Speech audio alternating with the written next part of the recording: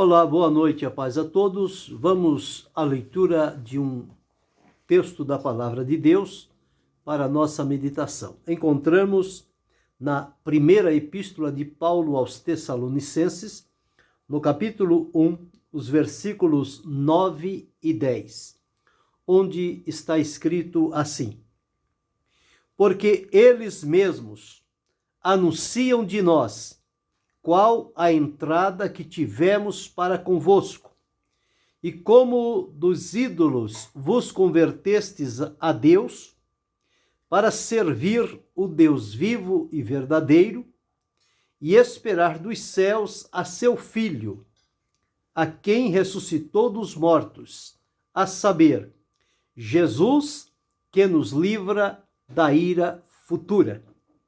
Esse é o texto que vamos meditar, falando sobre 4 resultados de ouvir a palavra de Deus.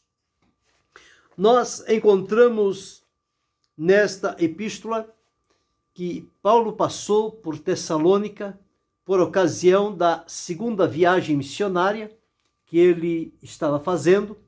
Fez a primeira viagem missionária com Barnabé, voltaram a Jerusalém, depois seguiu adiante para a segunda viagem, agora com Lucas e Silvano, ou Silvano e Timóteo.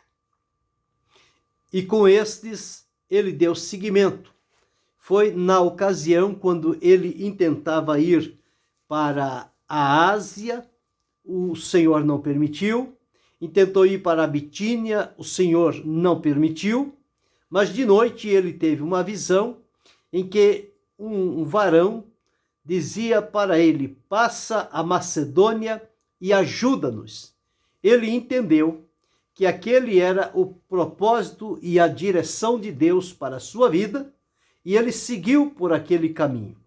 Então ele passou pela Macedônia, primeira cidade por onde ele entrou foi a cidade de Filipos, e ali na cidade de Filipos ele procurou um lugar para oração e encontrou à beira do rio algumas mulheres que estavam ali para um período de oração, e começou a falar com elas, inclusive Lídia, a vendedora de púrpura, que era natural de Tiatira, mas estava ali, era uma negociante. E ficou ali e começou então a pregar o evangelho naquela cidade. Os resultados começaram a aparecer até o momento em que aquela jovem, que era tomada por um espírito de adivinhação e dava muito lucro às pessoas que a exploravam para esta finalidade, e quando determinado momento ela se dirige a Paulo e a Silas e diz a eles que eles são servos do Deus Altíssimo, que anunciam o caminho da salvação. Paulo perturbou-se com aquela declaração. Não porque não fosse verdade. Eles, na verdade, eram servos do Deus Altíssimo e anunciavam, sim, o caminho da salvação. Mas a boca que tinha proferido aquelas palavras estava subjugada ao poderio do engano e de Satanás. Por isso ele perturbou-se e repreendeu aquele espírito, e aquela jovem ficou liberta. O que parecia ser algo prazeroso, que seria da satisfação e alegria de todos que ali estavam, tornou-se um motivo para que eles reunissem-se e se levantassem contra Paulo e Silas, criando um tumulto naquela cidade, chegando a levá-los à prisão, onde eles ficaram presos lá em Filipos.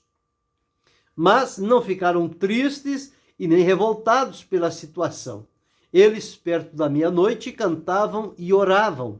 Quando Deus, então, mandou um terremoto, as cadeias se abriram, e quando o carcereiro chegou, pensou que todos tinham fugido, queria dar cabo à vida. Paulo disse: não faças tal, que todos aqui estamos. Ele disse: que é necessário que eu faça para ser salvo?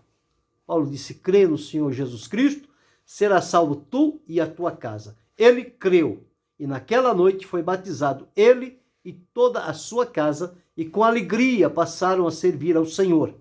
Logo ordenaram que soltassem a Paulo e Silas, mas eles disseram: não, eles nos trouxeram aqui, eles que venham e nos tirem daqui. Ao saírem de Filipos, eles foram então para a cidade de Tessalônica, onde esta carta foi enviada.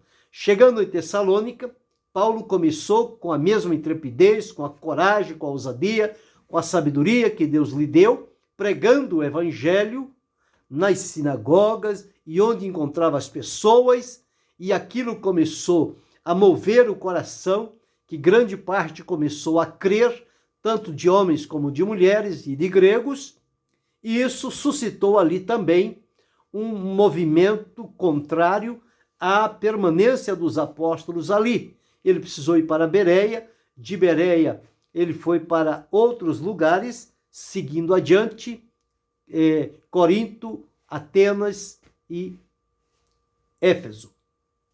Mas aqui o que nos traz a este momento foi a entrada que ele teve na cidade de Tessalônica, o evangelho, a ousadia, a fidelidade, a sinceridade de Paulo em pregar unicamente o evangelho puro e verdadeiro lhe trouxe resultados permanentes. E nós então observamos aqui no versículo 9 que ele diz: eles mesmos, quer dizer, as pessoas de Tessalônica que se converteram a Deus, eles mesmos davam testemunho qual foi a entrada que Paulo e Silas teve, Paulo, Silas e Timóteo tiveram na cidade de Tessalônica, como anunciadores das boas novas de salvação. O próprio apóstolo Paulo, ao escrever esta carta, ele relembrou como chegou em Tessalônica e de que maneira ele anunciou ali a palavra de Deus para que ela trouxesse estes resultados que estão inseridos aqui nesses dois versículos, 9 e 10. Então diz-nos no versículo 5 e 6 o seguinte: porque o nosso evangelho não foi a vós somente em palavras, não foi somente uma falação, não foi somente palavras jogadas ao vento. Não, Paulo era comprometido e tinha a seriedade e a fidelidade diante de Deus por anunciar o evangelho que foi ordenado por Jesus.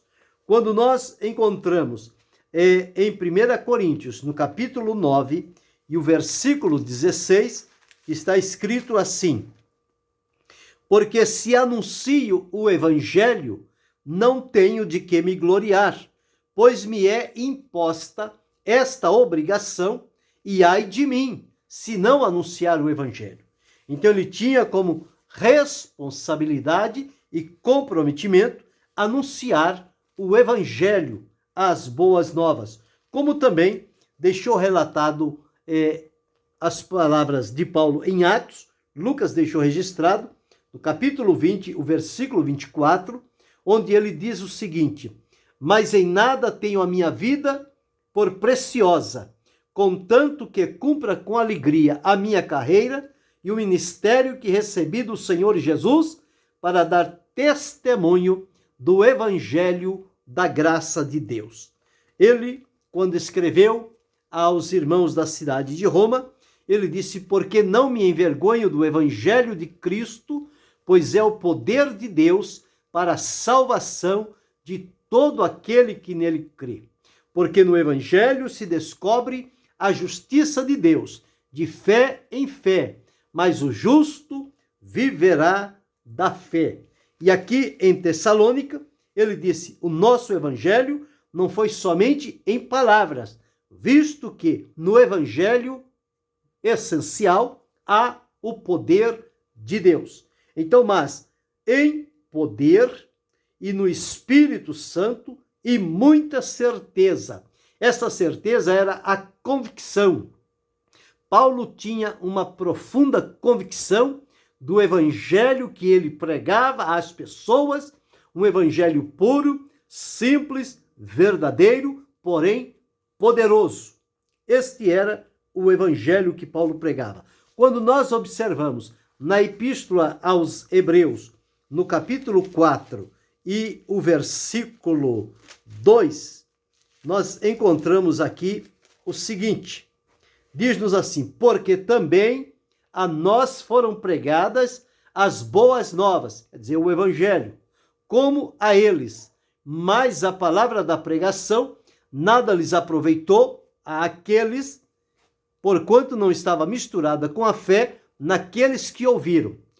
A diferença aqui é que pregou-se o evangelho e os que ouviram não misturou com a fé para ouvir, porque a fé vem pelo ouvir e o ouvir a palavra de Deus. Já com Paulo, diferente, ele tinha aqui a certeza, que era a convicção da veracidade do evangelho, e ao pregar com esta convicção, com essa intrepidez, com essa lealdade diante do Senhor, o Espírito de Deus tocou no coração dos tessalônicos e eles então passaram a crer naquele evangelho. Porque era um evangelho completo, era um evangelho em palavras, em poder, no Espírito Santo e em muita certeza. Então, 4 coisas aqui, no momento em que Paulo estava pregando. Eram as palavras que ele pregava, era o poder que se manifestava, era o Espírito Santo que se movia no coração das pessoas, e nele havia convicção de que aquele evangelho traria resultados para a glória do nome do Senhor nosso Deus. E exatamente foi o que aconteceu, dado esta maneira com que ele pregou a palavra de Deus, sem diluir o evangelho, sem misturar, sem acrescentar, sem fazer qualquer alteração, mas pregando plenamente o evangelho de Cristo Jesus.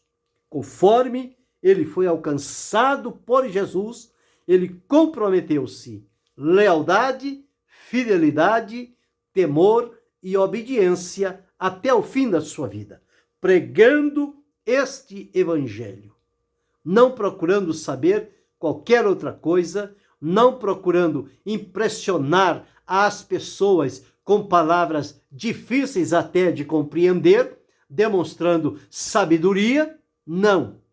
Ele pregou de maneira simples, serena, pura, porém muito poderoso na exposição da palavra de Deus. E os resultados que aconteceram. Eu disse aqui os 4 resultados de ouvir a palavra de Deus. Então, os tessalônicos ouviram a palavra de Deus e creram, conforme nós observamos em Atos, no capítulo 17, o versículo 2, está escrito assim. Atos 17 e o versículo 2, 1 e 2. E passando por Anfípolis e Apolônia, chegaram a Tessalônica, onde havia uma sinagoga de judeus. Paulo, como tinha por costume, foi ter com eles por 3 sábados, disputou com eles as Escrituras, expondo e demonstrando que convinha que o Cristo padecesse e ressuscitasse dos mortos. E este Jesus que vos anuncio, dizia, é o Cristo. E alguns deles creram e ajuntaram-se com Paulo e Silas, e também uma grande multidão de gregos religiosos e não poucas mulheres principais. Então as pessoas viram esta demonstração que Paulo disse aqui em apregoar o evangelho, a manifestação do poder, a ação do Espírito Santo e a convicção com que ele pregava, e isto impactava o coração daquelas pessoas que passaram a ouvir e crer. A fé foi gerada por ouvir a palavra de Deus.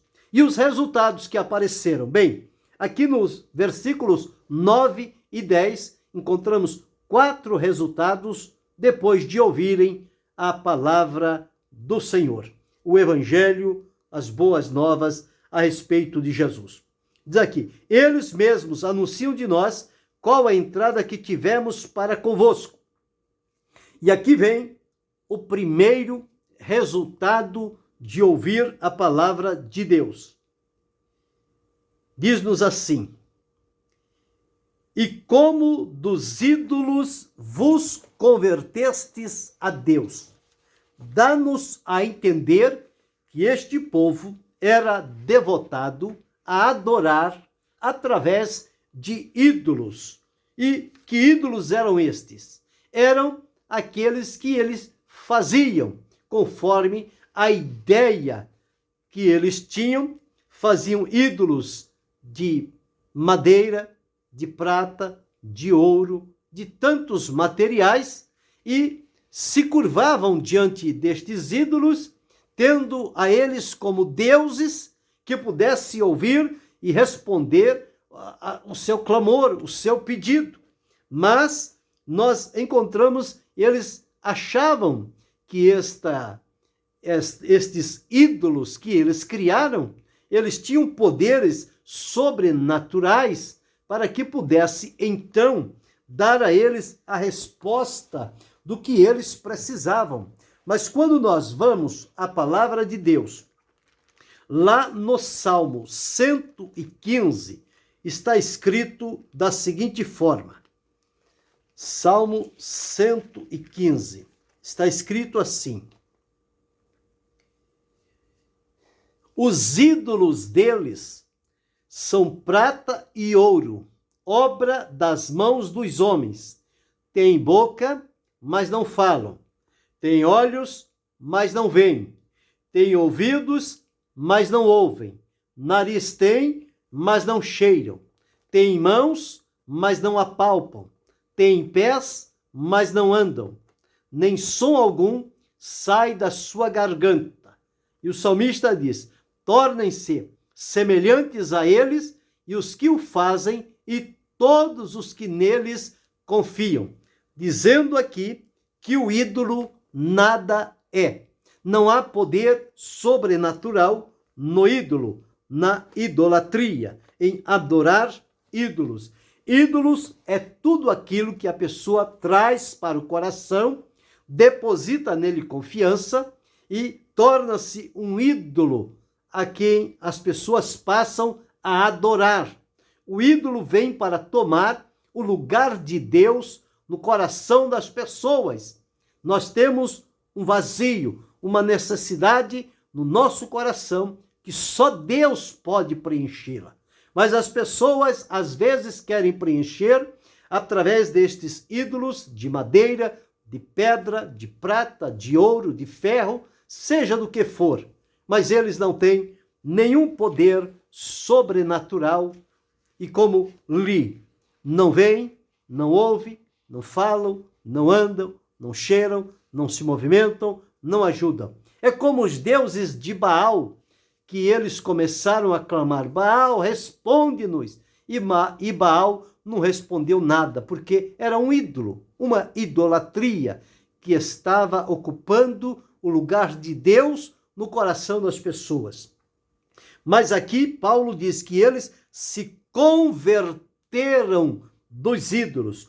Converter-se dos ídolos significa abrir mão deles, desapegar deles, não lhe devotar a confiança. Mas isto só seria possível quando eles ouvissem o evangelho vivo, verdadeiro, poderoso e fiel, e este evangelho pudesse impactar no coração deles, conforme nós observamos, gerando a fé pela palavra de Deus, e ao olharem para a sua condição e para o que o evangelho de Cristo propõe, eles entenderam que precisavam arrepender-se daquela prática que eles tinham comum e achavam que ela era de valia para a sua vida. Mas ao chegar o evangelho, abriram-se os olhos e o entendimento, e eles passaram a compreender que o homem deve buscar e adorar unicamente a Deus e não aos ídolos que eles próprios criam para si. Mesmo porque Deus é espírito e importa que os que o adorem em espírito e em verdade. O salmista disse: adorai o Senhor na beleza da sua santidade, o Deus vivo e poderoso, o Deus criador de todas as coisas, o soberano dos céus e da terra.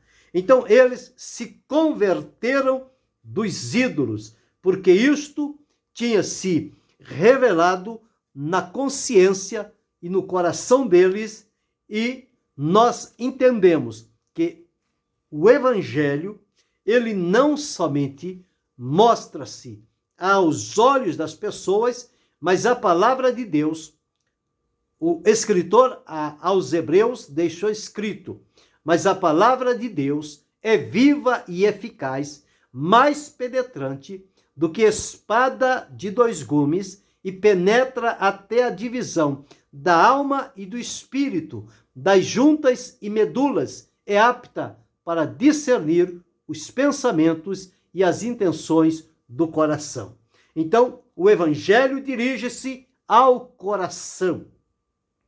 E o Senhor advertiu quando deu a Moisés a orientação: não farás para ti imagem, não te curvarás diante dos ídolos, guardai-vos dos ídolos e da idolatria. Então, quando ele chegou em Tessalônica, a cidade entrega a idolatria, mas aquelas pessoas, ouvindo o evangelho, creram em Jesus e converteram-se ao Senhor. Então, a primeira coisa, eles se converteram dos ídolos a Deus. Deixaram de adorar os ídolos e passaram a adorar a Deus. Segundo resultado de ouvir a palavra é que eles, nos diz aqui, converteram-se dos ídolos a Deus, primeiro resultado. Segundo, para quê? Para servir o Deus vivo e verdadeiro. O segundo resultado, eles não podiam servir ao Deus vivo e verdadeiro enquanto não se convertessem dos ídolos ao Deus vivo. Então, o primeiro resultado era ouvir o evangelho e converter-se dos ídolos para o Deus vivo.